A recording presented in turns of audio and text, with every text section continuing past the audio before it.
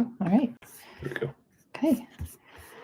Hi, everyone. Sorry for the delay. It took a little while for us to go live. But we're here and we are super busy getting ready for the race next week. Yes. We're hoping it's going to be warmer, a little warmer than today, maybe less windy, less rain. A lot warmer. Yeah, a little bit. A lot warmer. Ooh, we're hoping that it improves. It looks like it's going to be better next week. So it still feels like winter, but Yes. so we feel like we got a lot to cover today. Mhm. So we'll kind of go through it. And so we already covered the course. So if you want to go see that video, it wasn't live or anything, but it will, it does go mile by mile and cover the course. Today, we're going to talk everything but the course and all about logistics and what to expect on race weekend. Yeah. Yeah. And as always, please leave your questions down below. No question is a stupid question. We're here to answer the questions live. That's why we're doing this live. So please ask any and all questions you may have. We're here to answer your concerns. Yeah. So next week, we're not really in the office all that much, out on course most of it. So that's why it's always easier for us to kind of do all these live streams and hopefully get any questions that you might have now, because we have the time this moment. Really, anything after Wednesday, we're not in the office at all. You're going to get a lot of automated responses. Yes. So let's start. Athlete Guide is up on the website. Our FAQs have the same questions that we tend to get asked over and over and again. And check those out at roadraces.com. Go to event and then go to Newport. So both Athlete Guide and FAQs are there. The biggest one is our deferral and transfer deadline is Wednesday at 6 o'clock. So March 16th. That will be a very hard deadline. As we've mentioned, we've been sold out since January, February. We've given everybody lots of opportunity to opt out of the race. And, again, we're not in the office. And so we are locked and loaded on Thursday morning. So Wednesday is your very last time. Also, unfortunately, there's no opportunities for downgrades anymore if you're in the marathon. We will not have any more room in the half marathon. So if you feel like you cannot complete that distance, you might want to transfer to another race or defer until next year. And the thing with this race is, even though the half is right there, like if you are registered for the full marathon and you peel off at the half, you will be disqualified. It's just like at any other event. If you are quit at the 13.1 mark in in Providence and you quit out in Barrington, you're a DNF. So Newport, that's a USATF rule. So that's what will happen. All right, so let's start. What do you think? Yeah, let's do it. Big pickup. Big pickup. Let's talk a little bit about big pickup and what we got going on for this Newport race. Or you want to start with Megan?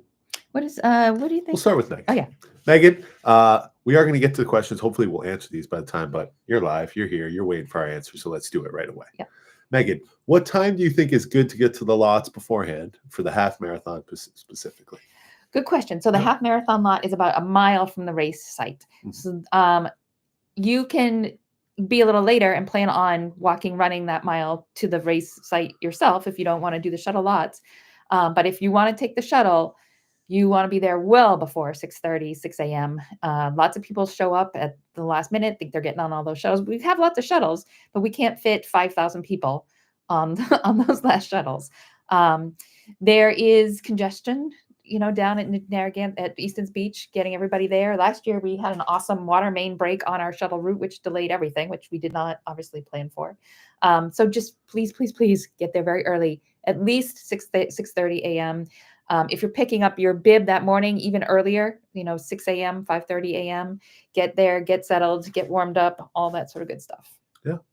Thank you, Megan, for the question. Yep, that's a good one. Please ask more if you have some, but we are going to get through the list that we have, so keep that in mind as well. Bib pickup. Why don't you talk a little bit about bib pickup, what we got going on? So everybody has to pick up either Thursday or Friday. Thursday, we will be at Roadrunner from 4 to 7. Friday, we will be at Innovate Newport from 1 to 7. I think it's Friday, 1 to 7. Yeah, I think it's 1 to 7. That's because it's a Friday. If you come to Innovate Newport, you can park. There's a church right next door. You can park in the church lot.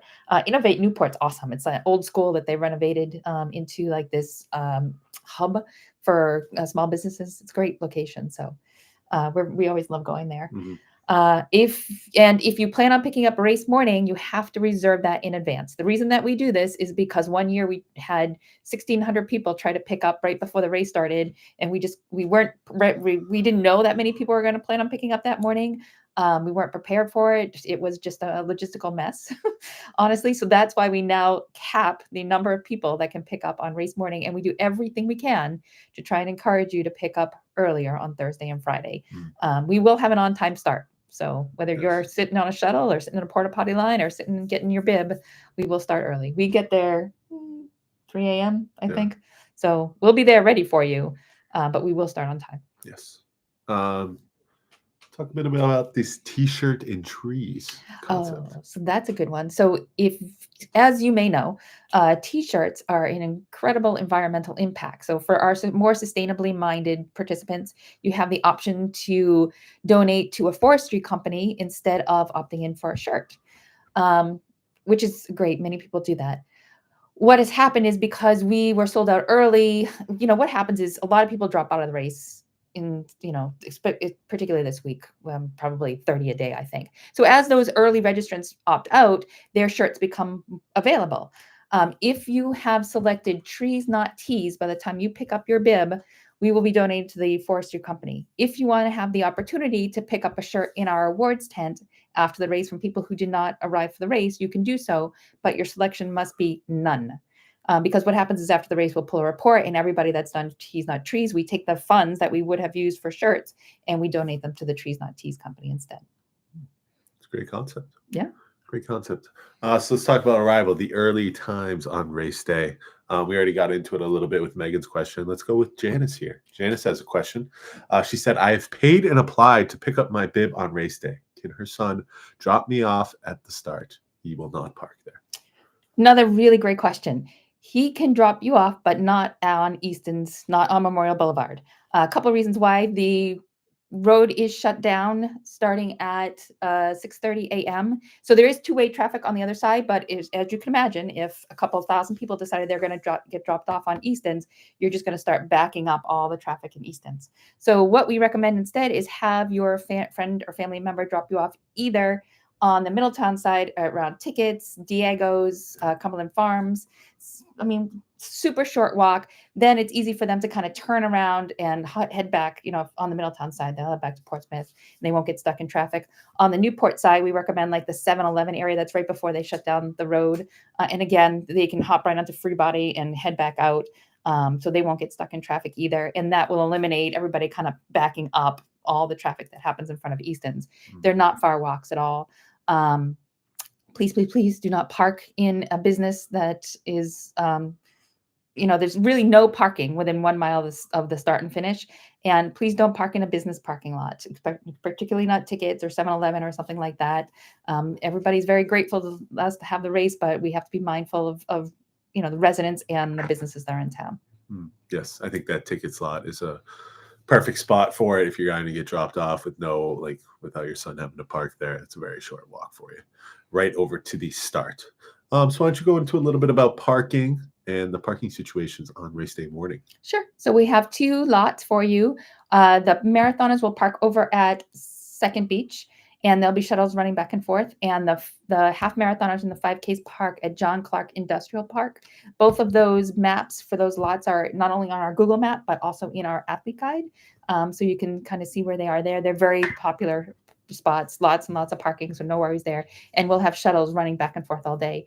Shuttles start, I believe, at 5 a.m. And again, we will stop the shuttles at 7 a.m. and they will not resume until 8:30. The reason being is the race will be going off. So runners will be in the road. The buses cannot come onto East, cannot go onto Memorial Boulevard. They can't get in front of the race. There will be runners there. So plan on being there early or plan on walking from you can't really walk from Second Beach. That's too far. That's probably 3 miles. Yeah. But you can walk from the industrial park if you want to. That's the only area that you can park in a business because they know that it's happening. People aren't open that day besides the YMCA. Yeah. So yeah. Okay. I mean, based on your points, I think that just covers the arrival process, unless you had anything else you wanted to touch on it. No, it's so another good question that people keep asking is if you do have race day bib pickup, you don't come to Easton's, pick up your bib, and then park. Because there again, no parking at Easton's. So park at the shuttle lots, take the shuttle, get your bib, and plan on racing. You don't go back to your car once you pick up your bib. Yeah. So let's get into the race itself, the reason why we're all doing all of this. Mm-hmm. The start and the course. What are the start times for this year's race for the 3 races? So we did adjust the start times a little bit from last year, and the reason being is we're working on the flow all the time to make sure like the lead runners aren't coming back to the tail end of the 5K. So there's a little bit of a time adjustment. So the 7:30 start for the full is still true. We've moved up the half, so that will now start at 8:45. I'm sorry, 7:45 a.m. and the 5K will start at 8:15. What I will say is we did have to cancel the beach mile this year. The tide schedule is not in our favor, so it was not going to be a safe event because we run on the beach. So we did have to cancel that this year. Our apologies for that. We hope to have that back. It's really become a factor of climate change, but we hope to have that back. But no beach mile this year. So yeah. Talk a little about our early starters and how they can apply for it and become an early starter. Good point. So if you are longer than 5.5 hours on your estimated finish time, you are automatically assigned to the early start corral. The reason being is that, well, the city is very gracious to us. They do want those roads open very quickly. So we have a hard deadline with our race permit. So we always feel like it's better to give the extra time at the end of the race when you need it, rather than in the beginning. It's the extra support, I should say. So if you're going to be longer than 6 hours and you start at 6:30, the early start, you're actually going to get come in at the 5-hour mark of the race, which is, great, rather than us, having to have to pull you off the course or push you along or have you be unsupported or things like that. So everybody that has a 5.5 hour or greater estimated finish time will be assigned to that early start corral. Report to the timer at 6:15 at the start line, and they will get you checked in and sent off. A quick question right here. Mhm. Is the parking fee paid or free? Our lots are totally free. The shuttles, everything is part of your registration profile. Awesome. Awesome. So let's talk a little bit about how the start is going to work, how to line up for the starting line, how to find the certain pacers, what groups you might want to be in. Talk a little bit about that. Sure. So what will happen is the shuttles will drop you off right in front of the rotunda, which is right in front of the start so much. So you're going to come into the parking lot. Porta potties are there. There'll be, I think, someone selling coffee and food and things like that. So into the parking lot, and then everybody's going to enter into the starting corrals from the back entrance. So you're going to come in one entrance to the parking lot, and everybody will start filing in from the back. And the reason being is that the shuttles are still operating in the road, so we have a protected starting corral that you can kind of line up in there. We will have pacers that will be in the starting corrals holding up signs, and we will have these great big signs that said if you're planning on running a 5-minute mile, a 6-minute mile, a 7-minute mile, those will be set up in the starting corrals, and you're going to line yourself up based on your pace. Okay. And important, and do not go in the corral until your race is called, because we don't want to have you start in the wrong, event, and then that will kind of mess up your starting time. Yes. Why don't you talk a little bit about the medical scene we have corner at the start finish and maybe throughout the course as well? Sure. So we contract with a company called Rhode Island DMAT, and it stands for, Disaster Medical Army Team or Alert Team or something like that. I don't know, but they are a field army hospital. They will come in and set up their field army hospital in our festival lot, and they will have 2 auxiliary units out on course as well. They're just very well prepared. So we feel like the medical team is very responsive. If you have a medical emergency, any aid station can radio back to us and get some care for you. If it is not a medical emergency, we will be out on course, and we can come pick you up in our vehicles and bring you back. So if you just feel like you can't finish, if you're having some issues, which is totally fine. We do it all day long. That's what we're there for. Again, aid stations will support you, and we'll have lots of trucks and vehicles. I think we have Too many. 6 vehicles out on course. Yeah, quite a few. They'll be flying flags, so you can see which courses are ours. Okay. Quick question from Sarah from the crowd. She asked, so if we're doing the half marathon, we shouldn't enter the starting corral until the full marathoners take off, correct? Correct. Yes. So we have about 1,100 full marathoners, and the DJ will be calling out when to get in. So the 1,100 people will be they'll be through that corral within 5 or 10 minutes, and then we'll start loading the starting the half marathoners in. I mean, they're probably 5 minutes. So plan on entering the starting corrals like around 7:35, 7:40.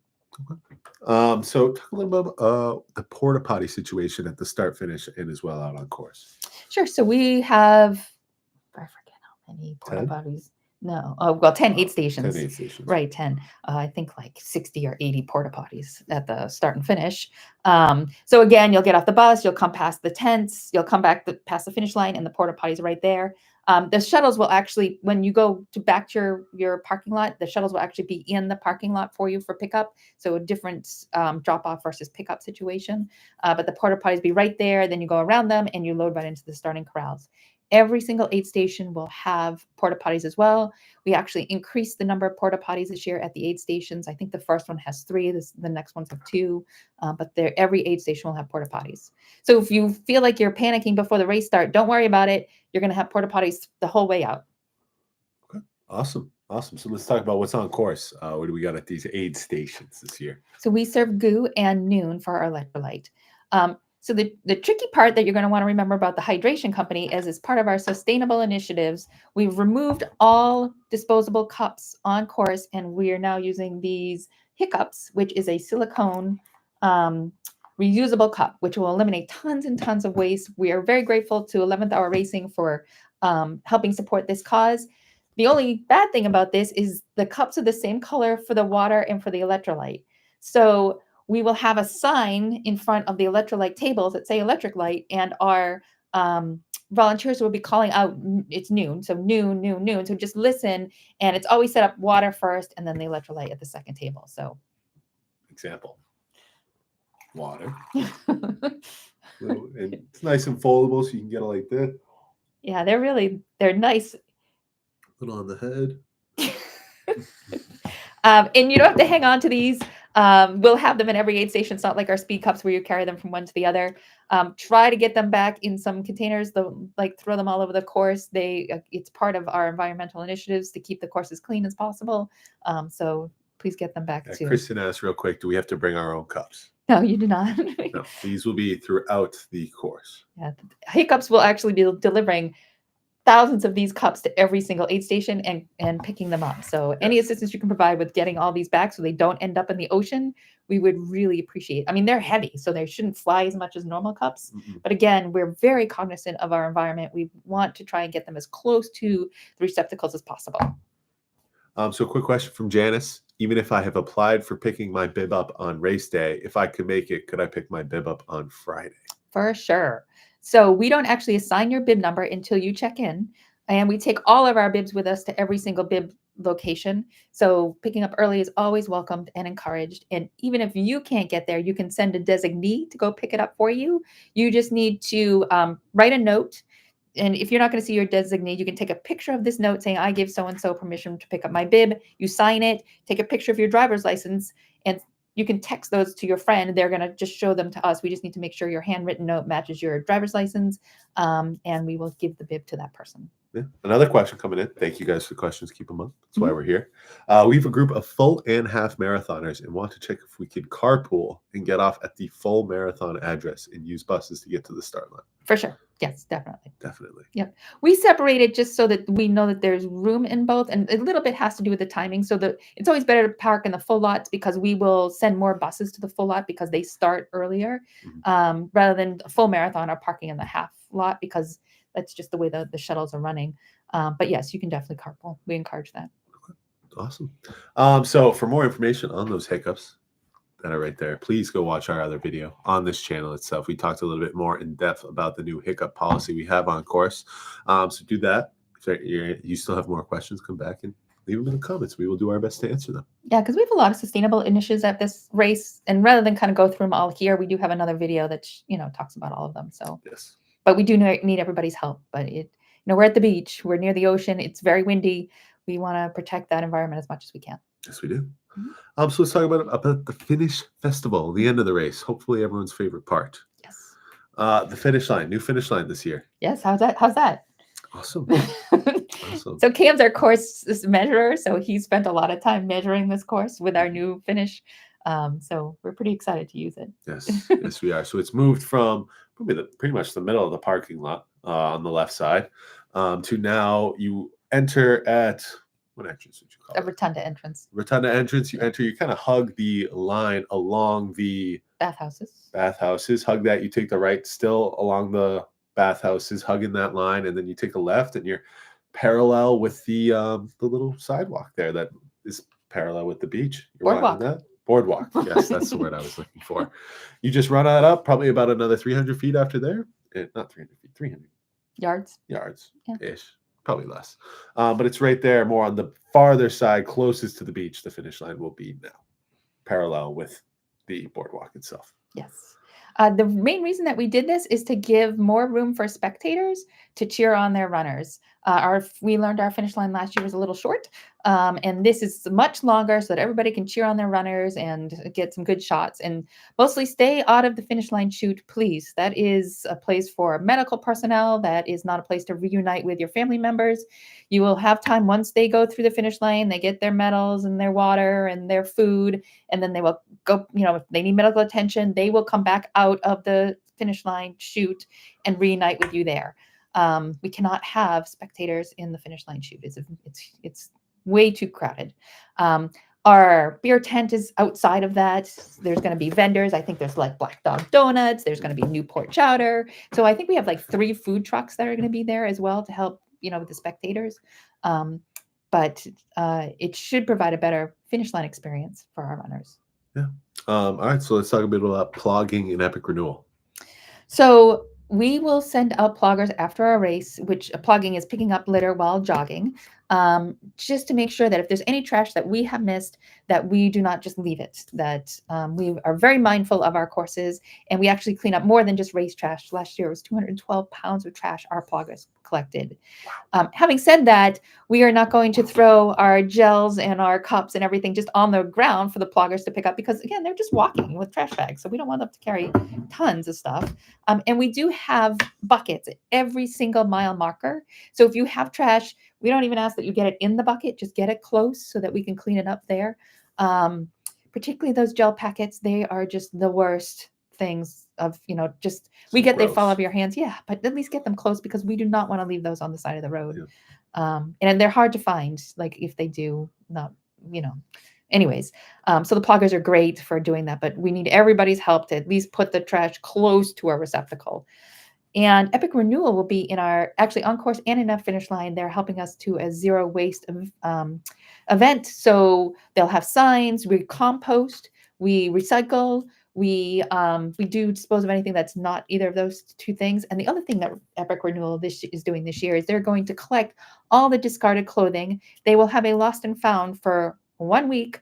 And then after that 1 week, if you've not claimed your clothes, they'll either donate it or recycle it. Okay. Quick question from Esteban. Could you repeat your comment on where the new finish line is? Oh, go ahead. You put it into words better than me. Oh, so the finish line is still in the parking lot. It's just instead of coming in the east lot entrance, you're coming in the main entrance. So it's really, there'll be lots of signs there for you. It just means that it's going to have a longer finish line chute because now instead of running longer down Memorial and into this essentially which is a 3rd entrance into the parking lot, you're coming in the main entrance. But there's going to be so many barricades that you won't miss it. Yeah, it's still in the same parking lot. It's just a different entrance. A little closer to the beach and parallel with the boardwalk. Exactly. If that helps you out at all. Sorry to be pestering with more questions. Not at all. No need for apologies. Mm-hmm. Keep them coming. If we punch in the address to the full marathon address, are there a lot of reroute directions? Not sure I understand that question. Yeah. If we punch in the address to the full marathon address, are there a lot of reroute directions? Is that like if there's traffic or like closed roads? Maybe because she was asking about the closed roads. Oh, well, Easton's Beach is on a spit of land, so there's really only 2 ways to get to it eventually. It's kind of in the middle. Closed roads. Oh, closed roads. Yeah. So I'm working on that. I'm trying to get the closed roads 2 ways in Google Maps right now. It's a bit challenging of a process, but I'm hopefully that Waze and Google Maps will have both of those roads closed. So Maps will automatically have ways to reroute to those addresses. So we don't actually close any roads but Annandale for the very start of the race. Yeah. Easton's will be open to traffic, going, but what happens is there's normally 2 lanes of traffic on either side, going east and west, and we take up the east side. And so that means that we push 2 lanes of traffic, which is normally in 1 lane, to the west side of Memorial Boulevard. So it will be open. It will just be very crowded and very backed up with traffic. Yeah, it'll be hectic. That's why we say early. The earlier you're there, the better. Yeah. Let's continue. The box water. Oh, I don't have any with me today. I can grab one. Yeah, why don't you grab one? So as you know, single-use plastic bottles, a regular plastic bottle, which I don't even have one of those. I only have a can today. But they have microplastics in them. They're not the best. Plastic hasn't been proven to be the most recyclable. So again, thanks to our partners at 11th Hour Racing, we are using, and Box Water has been an incredible partner. We're going to instead have box water at our finish line. And so how we try to reduce the waste is you can take 2 boxes of water. One can just be water, or you can mix this up however you want to. And then we'll have Noon single serves, which is the tab, and you put that in your box water, and then that will be your finish line electrolyte as well. Again, be mindful of composting, and I don't know if they're composting, but they're certainly recyclable. And Epic Renewal will be there to help us put them in. So this is a better option than a single-use plastic bottle. It's a little. So this is what they look like. I'm happy I caught that. So I think the ones that we're actually getting for the race are smaller than this. This is actually their mango flavor, which I really like these. They sent these to us as a sample. They're really good. Yeah. They're not bubbly at all. They're just plain water. This one has just a little bit of a hint. Obviously, the plain water doesn't have anything. I think the ones we're getting are this big for the race. But yeah, so this is a box water. So we really like this. Very cool. We talked about Epic Renewal. We talked about the clothing retrieval. Amenities. Racejoy, massages, beer garden with games. So much. So exciting. So yes, Racejoy is our athlete tracker. This year, this is new, so we're hoping this works, is that Racejoy, you don't actually have to carry your phone. Your friends and family will get alerts as you cross over timing mats. We will have a starting mat, a finishing mat. We'll have a mat if you're in the full at the split, the 13.1. And then we have one out in Statuesque, and we have one at the far turnaround out on Indian Ave. So those are totally free. Racejoy is very cool. It's a very cool app. If you carry your phone, they can actually track you on the course using the GPS in your phone, which is really cool. And as a user, you will hear not only like, oh, your pace is this, and if you go off course, it will give you an alert that you're off course, although you shouldn't, because I would think we market pretty well. But also I put in there like race cues. So as you're going past certain sites, you'll get a little cue in your ear telling you what you see. You're going past Hammersmith Farm, or you're going past Bellevue Ave, things like that. So just something to pass the time as you're running 13 or 26 miles.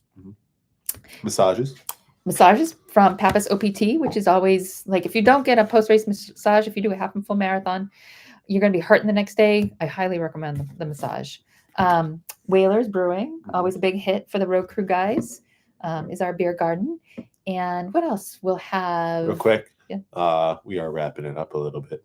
So just make sure if you guys do have questions, please ask them now so we can answer them before we end the live stream. Yes. Continue. Sorry. So that's all right. If you qualify for Boston, and we just found out we are the #1 Boston qualifying race in Rhode Island, which is very exciting. I forget the number. I want to say it was a high number, the percentage of people that had qualified at our race for Boston. But yeah, #1 in Rhode Island. So pretty excited about that. If you qualify for Boston, you can get, we give those totally free.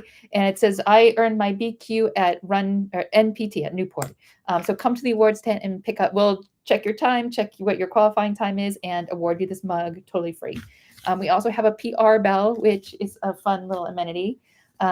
So, little personal stories that my dad was a boxer, back in the day, and somebody gave him like a ringside bell, and he wasn't sure what to do with it. So that is our PR bell. So if you hit a PR, come ring the little boxing bell. Exciting. Oh, we have an engraver. So you can engrave on your medal your time and date or whatever it is that you want to engrave. We'll have lots of vendors there. I'm trying to think of all of them. The coffee, donuts, chowder, No Solo will be there. Run Newport's going to be there. We're actually hoping we can fit everybody in the parking lot. There's going to be so many different tents that are going to be there. So pretty exciting. Very exciting. Yeah. What else? Are we missing anything? I think the theme of the day is get there early. Get there early. Once the Yeah. race goes off, things are better, but the morning is very stressful for everybody involved. And again, what happened last year is that we had a water line break on our shuttle route, which we did not know until we were marking the course. What happened then is that delayed all of our shuttles by 20 minutes each way. We ordered extra shuttles. By the time we realized what had happened, it was too late because the shuttles had to go way out. They shut down the road. Luckily, they didn't shut down the road to the runners, just to the traffic. But those are just things that we do not plan for. So get there early. Yes. Yes. What are we? 11 days? 10 days? 11? 11. The week from Saturday. So 11 days. Yeah, 11 days. 11 days out. Hopefully from now, you guys will all be finished up with a marathon, 5K, half marathon. Feeling good. Yeah. One last question. Allison, how early should we get to the start line for running the marathon again? So if it were me, I would want to be there an hour early because I'd want to make sure I was there, that everything was good, that I was warmed up, that I knew where I was going, that I didn't worry about the shuttles anymore. I always get to a race 60 minutes beforehand. So. All right. Yep. All right. Thank you for the question, Allison. Yeah, 11 days out. As always, social media. Check it out. Check out this YouTube. We have a lot of good stuff for this Newport race. Might answer some questions you might have had that we didn't get to in this video as well for our Providence race coming up. That will be on May 4th. If you enjoy this race, go ahead and sign up for Providence. That's there as well. Or Roadmaster. Come join us as a Or Roadmaster. be a Roadmaster. Yeah, all the medals are over there off camera. But yeah, so if you like Newport, you can join us for 2 more races and become a Roadmaster. Yes. As always, check out our socials, Twitter, X, Instagram, Facebook, TikTok. It's all there. Content constantly uploading there. And thank you for tuning into this video. We hope it was very informational for you guys. And we wish you the best of luck. We are looking forward to hosting everybody on next Saturday. We are praying for good weather. Yes. Not too good, but like low 60s, no wind would sun. be a little bit of sun. Yes. Too much sun's bad. But yeah, so pray for good weather. And good luck in the remainder of your training. And if you have any other questions, please ask them in the next 5 days. All right. Thanks, everyone.